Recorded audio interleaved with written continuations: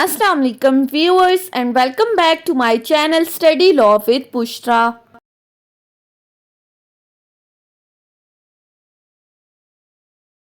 So we were discussing Civil Procedure Code 1908. We have discussed up till section 106. In this video we are going to discuss the topic of general provisions relating to appeals.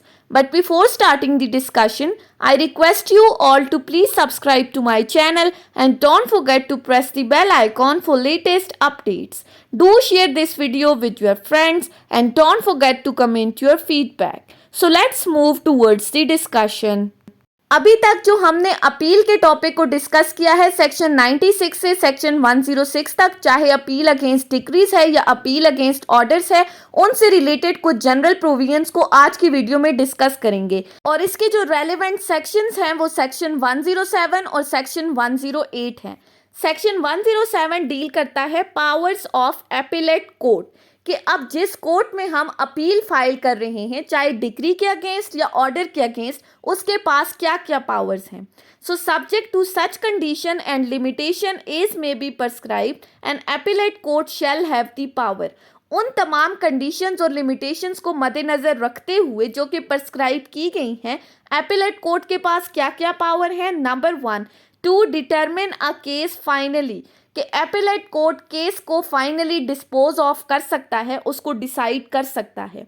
Secondly, to remand a case. Second clause में बताया गया है कि appellate court के पास ये power है कि वो केस को रिमांड कर सकती है, यानी कि अगर कोई केस अपील में उसके पास आया है तो वो वापस उसे लोअर कोर्ट को भेज सकती है ट्रायल के लिए। Thirdly, to frame issues and refer them for trial, या फिर एपिलेट कोर्ट के पास ये भी पावर्स है कि वो केसेस में पार्टीज के दरमियान इश्यूज को फ्रेम कर सकती है और इश्यूज फ्रेम करने के बाद वो वापस उसे निचली अदालत को ट्रायल कोर्ट को भेज सकती है कि वो ट्रायल कोर्ट अब इस केस का ट्रायल चलाए। Fourthly, to take the additional evidence और to require such evidence to be taken. अब यहाँ पर एडिशनल एविडेंस की बात की गई है। एडिशनल एविडेंस जो हम अपील के ऑर्डर में डिस्कस कर चुके हैं, ऑर्डर 41 के अंदर आप उसको देख सकते हैं। यहाँ कहा गया है कि एपिलेट कोर्ट या तो खुद एडिशनल एविडेंस ले सकती है या लोअर कोर्ट को या किसी भी कोर्ट से कह सकती है कि वो किसी भी केस में एडिशनल एविडेंस ले जहां पर एडिशनल एविडेंस की जरूरत है। सबसेक्शन 2 क्या कहता है?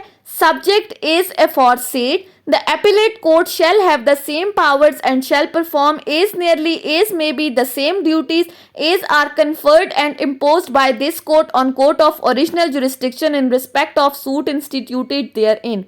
कि ऊपर जो हमने बात की उसको मद्देनजर रखते हुए एपिलेट कोर्ट के पास वो तमाम पावर्स हैं और वो उन तमाम ड्यूटीज को परफॉर्म करेगी जो कि इस कोड के अंदर उन तमाम कोर्ट्स को दी गई हैं जो अपनी ओरिजिनल जुरिस्डिक्शन को एक्सरसाइज करते हुए केसेस को डिसाइड करती हैं।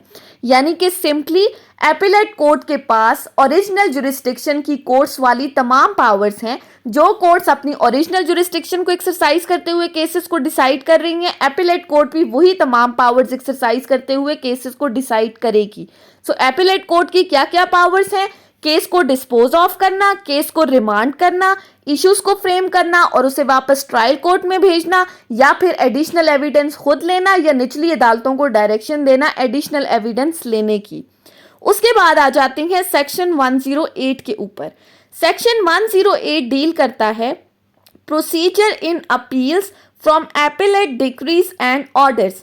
अब इस सेक्शन के अंदर बेसिकली अपील का प्रोसीजर बता दिया गया है कि अपील डिक्रीज के खिलाफ हो या ऑर्डर्स के खिलाफ हो, उसका क्या प्रोसीजर होगा एपिलेट डिक्रीज का।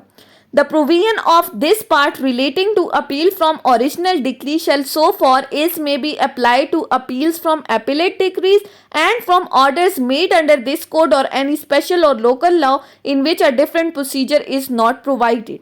अब इस सेक्शन में सिंपली कहा गया है कि जिस प्रोसीजर को अडॉप्ट करते हुए हम डिक्रीज के अगेंस्ट अपील फाइल करते हैं, सेम वही प्रोसीजर अडॉप्ट किया जाएगा एपिलेट डिक्रीज के खिलाफ अपील करने के लिए। और साथ ही साथ अगर तो इन केसेस में ऑर्डर्स के खिलाफ अपील करनी है तो तब भी यही प्रोसीजर अडॉप्ट किया जाएगा। सो सिंपली सेक्शन 107 से सेक्शन 108 बात कर रहा था general provisions relating to appeal, जिसमें हमने पहले powers of appellate court code को डिस्कस किया और उसके बाद प्रोसीजर ऑफ अपील को डिस्कस किया कि डिक्री के अगेंस्ट जो अपील का तरीकाकार है, एपिलेट डिक्रीज और ऑर्डर्स के अगेंस्ट अपील का भी वही तरीकाकार अडॉप्ट किया जाएगा. So that was all about today's discussion on section 107 and section 108 of CPC. I hope कि आपको ये लेक्चर समझ में आया होगा. अगर आपने इस वीडियो को अटेंटिवली सुना है तो अगर आपको ये वीडियो अच्छी लगी है तो इस वीडियो को लाइक करें, कमेंट करें और चैनल को ज़रूर सब्सक्राइब करें. Thank you so much for watching this video. Till then, अल्लाह हाफिज़.